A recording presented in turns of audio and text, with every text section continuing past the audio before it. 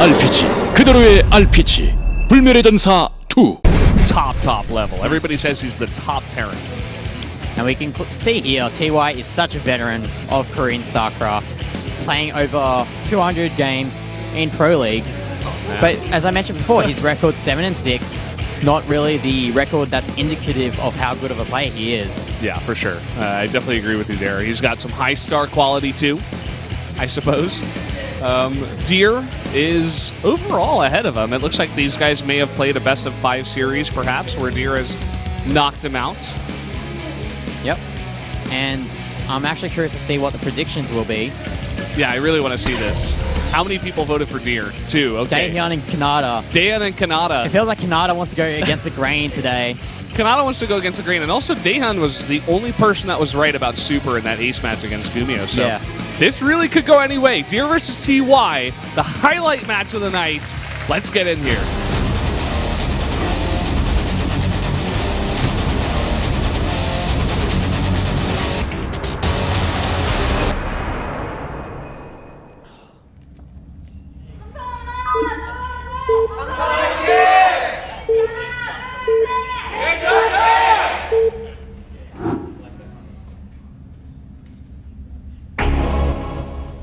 Down here in the bottom left, the blue Protoss from Samsung Galaxy Con. It is Deer. And spawning here at the bottom right for KT Rollstars, the red Terran, it is TY. Thank you for TY. Oh, he's watching on some stream there. I think Looks that's like a Chinese stream. Yep, you're right. We've had a lot of Chinese fans actually the past couple of weeks. Not sure exactly why. Well, we always have Chinese tourists come here to Korea. Oh, so. for sure. I mean, the Chinese population in Korea is actually the highest foreign population in this country, so yeah, it does make a lot of sense. But it seems like specifically recently, there's a lot of StarCraft 2 fans coming down, visiting the studio, getting hyped. I like that they're making the signs.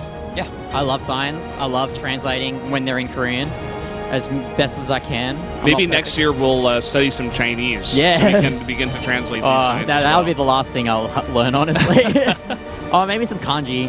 I can learn some Japanese. Wouldn't mind learn some Japanese. Yeah, I mean, at least you would know the characters or know some of them. And it'll be like, okay, that probably means like wind or fire or whatever. Well, Frost, a very big map. We didn't get to see this in the last series. And it's going to be a PvT again. We've been seeing a lot of PvTs. We saw, I think, 3 in the first series.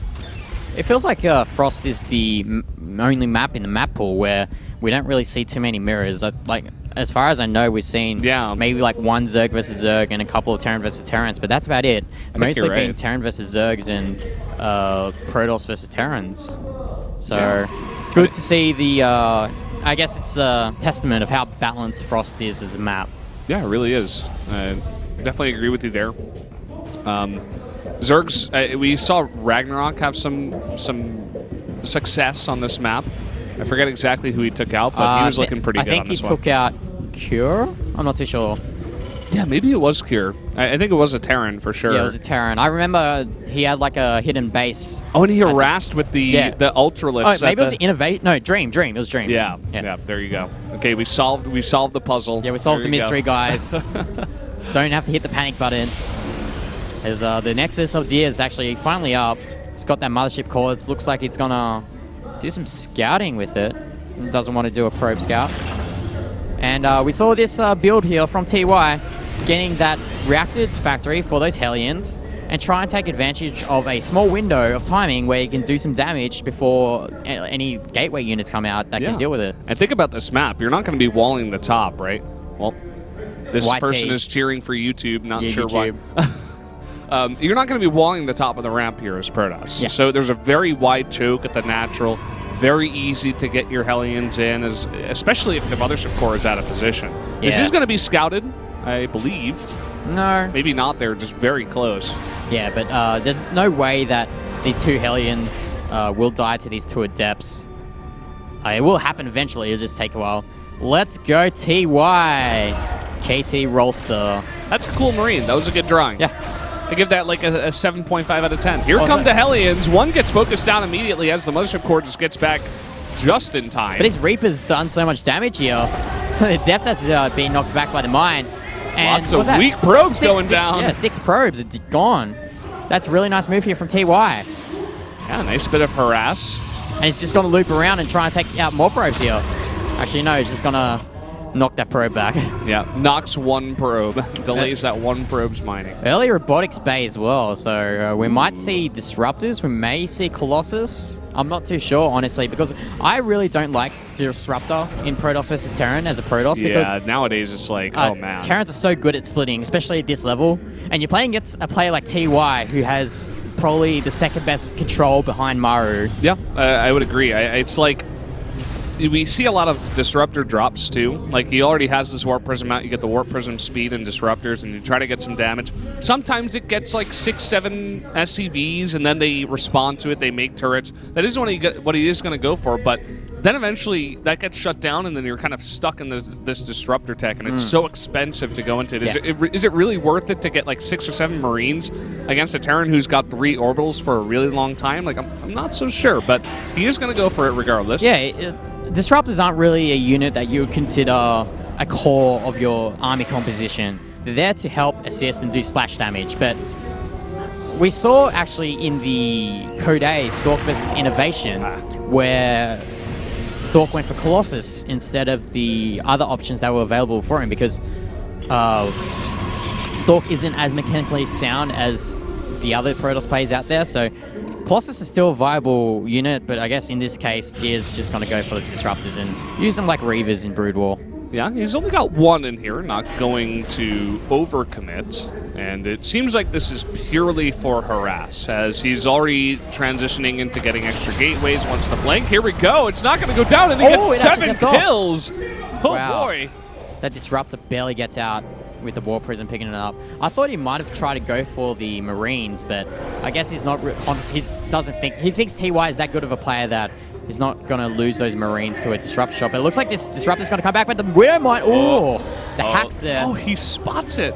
Oh, he has an observer over there. Yeah. I'm like, how did he see that as he's flying by? Either way. But the Vikings are there. I wonder if he'll use a scan on try and spot that observer out. But Deer's actually going to take his 3rd base. And here comes the Disruptor again. It's going to try and... Oh, okay, here we go. Disruptor. Look at that. One Marine. Just 1 Marine. I thought he might try and warp in there, but he's going to concede the Watchtower to TY.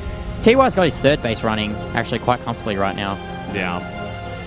The thing about this kind of play is that it's kind of risky, but it's high risk, high reward, right? If you can get like 3, 4 hits onto Marines or SCVs or anything, really, everything's going to blow up. You're just going to get so far ahead of the other players. Yeah. So I understand why players do go for it. As much as these players are really good at StarCraft, they are still human, and they can have lapses in concentration. And Deer's just looking for that window of the lack in concentration to hit the army. As something to note, there is no gas taken at the main base of TY. I'm not sure if that's a mistake or on purpose. I'll just have to wait and see when he takes it. Oh, blink after these Marines as they overstim almost to just be running from the Disruptor. Wouldn't be surprised if he continues to blink here. Yeah, there he goes. At the same time, this Warp Prism looks like he may want to drop the 3rd. Yeah, but it's empty, so it has no Disruptors in it. As another stim to readjust his army movement. Yeah, here's the drop coming in. And TY's army is all the way out on the map. It's right in the middle of the map. He's trying to fight against these Disruptors, but 4 Adepts can easily split up and get a lot of damage done here. Yeah, so we see here, turret's actually doing some damage to the Warp Prism, but the Adepts do get dropped. Adepts here at the 3rd base as well from TY, and another Warp him as well. Yeah, not much back here right now. These 2 Adepts are going to warp in. Move command into there. You don't want to be doing that. Disruptors do get the Purification Novas off. And there's actually the YouTube every. Oh, he picks up! Ooh. No, he sniped the Disruptor. Kills the Disruptor just in time. Oh, man. If that shot went off and he didn't pick up, that would have been huge. That would have been massive for Deal. Yeah. At the same time, this harass has been shut down. And once again, I mean, Deer's kind of stuck on Disruptor Stalker. This is what always happens. It's very hard to transition out of this. begin to get that core of Immortals or try to go into Storm from here. It's all very expensive. Yeah, and once the Terran does get the 3rd and 4th bases up and has that near max army, you can easily take the fights, get the advantage with the Concave, and the Disruptors aren't as useful as they are in the early game. Disruptors are good for zoning the Terran. They at least push them back and force some stims, but generally the Terran gets enough of a surround and a split that they can eventually engage here. We've got a Warp of Adepts here. Warp Prism will be flying to do some harassment, but TY isn't aware of this. The use of Observer is actually really nicely placed there at the bottom of the map. It's going to completely sniff out this drop. And the Blink Stalkers will be blinking in and taking out these Medivacs. Yeah, just focusing some down. Here comes the... Okay, only the Widow Mine. Yeah, this is what Disruptors are very good for, getting the Widow Mines. And here we go, drop at the same time, but TY has aggression onto this 3rd base. He could actually just stim in there and get that Nexus, and that's exactly what he's going to do. Yeah, that being said, though, TY lost a lot of SCVs, but he's gone in and sniped this Nexus. That's huge for TY. But these Adepts actually not doing too much after those SCVs were killed at the main base. He's not moving them to the expansion. Yeah, just 11 kills here, and looks like they will eventually shade, but the production, is there. He is going to eventually be able to clean up 2 Adepts, but he lost his entire 3rd base for a very long time. That being said, TY hasn't even thought of taking 4th base, rather, just yet. These brown units are just stuck there. Wow. It's quite unfortunate for TY, and look at that, 24 workers, soon to be 25, I assume. No, definitely wrong. Okay, there we go. 25 workers have been killed for TY, but the army counts are very close as well. This one Adept still hasn't died. 15 kills, 16 kills, 17. And you mentioned how when you go Disruptors, you get stuck on Disruptor tech. We see here Dia has only just started +2. He only just got his Twilight Council. +2 is finished. And you get delayed so far behind when you go for the Disruptor tech. Your upgrades, they lack.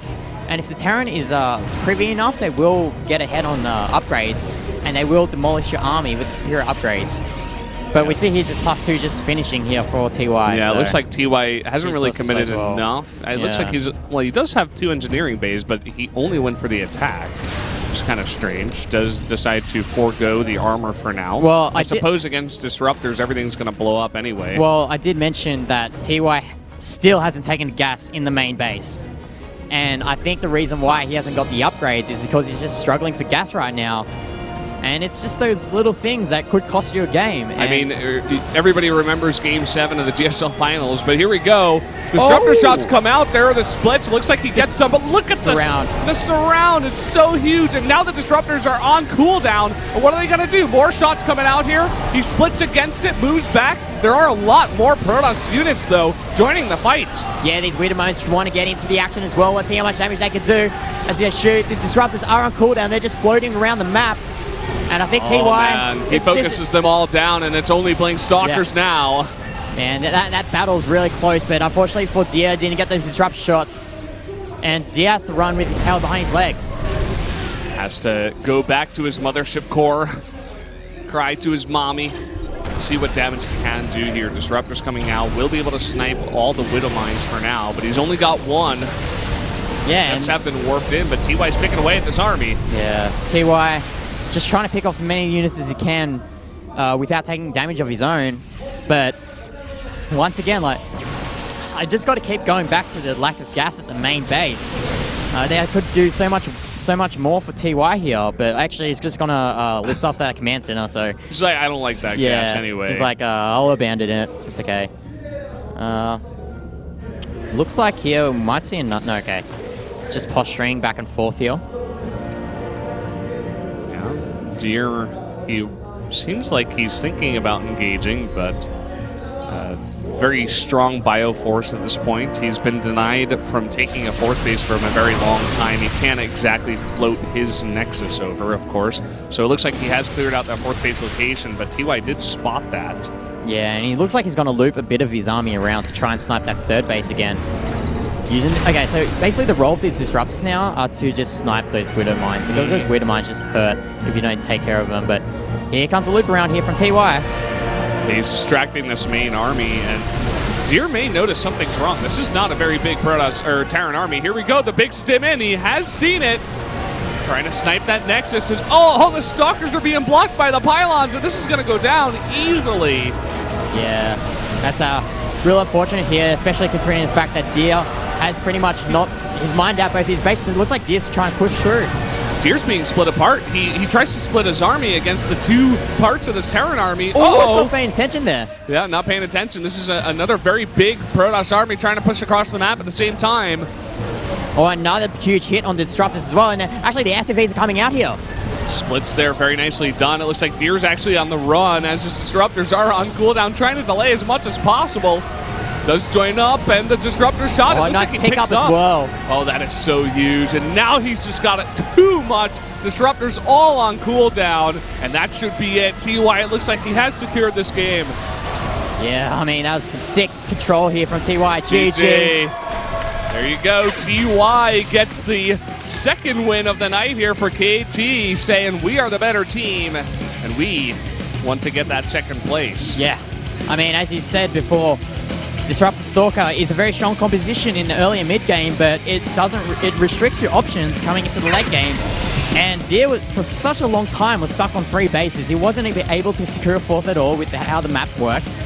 TY doing a very good job denying the 4th bases, and Stats is shaking his head. He's like, man, Terran is so OP. He doesn't even care about TY. He's like, man, that's not fair. Yeah, and we saw how good TY's multitasking was with all those drops and the multi-pronged attacks around the map. Yeah, it really was. I mean, he definitely outplayed Deer there. He split against the Disruptors. He handled the harass, not perfectly, but, and you know, there were some mistakes, as you were saying. He didn't take the gas. Maybe that was, you know, on purpose. He's like, no, I don't need this gas. I want to go just straight up Marine Marauder. And, you know, I don't know. But he essentially was okay. And really what won them that game was, as you were saying, the multitasking, getting behind. He sniped the 3rd base like 2 times. Yeah. Yeah, that was a really fun game to cast. My throat's actually getting quite coarse right now. It's actually been a very long day today. It's 9:15, so. Yeah, TY, he is even feeling the hurt. Yeah, he's feeling the heat. There. But our next game will be Bravo against Leonok. Samsung need to win the next 2 games to force it to an ace match. And I believe we will be going to a 3-minute break. Yeah, going to be a 3-minute break, guys, so stay tuned. We'll get to that Bravo versus Leonok in just a bit.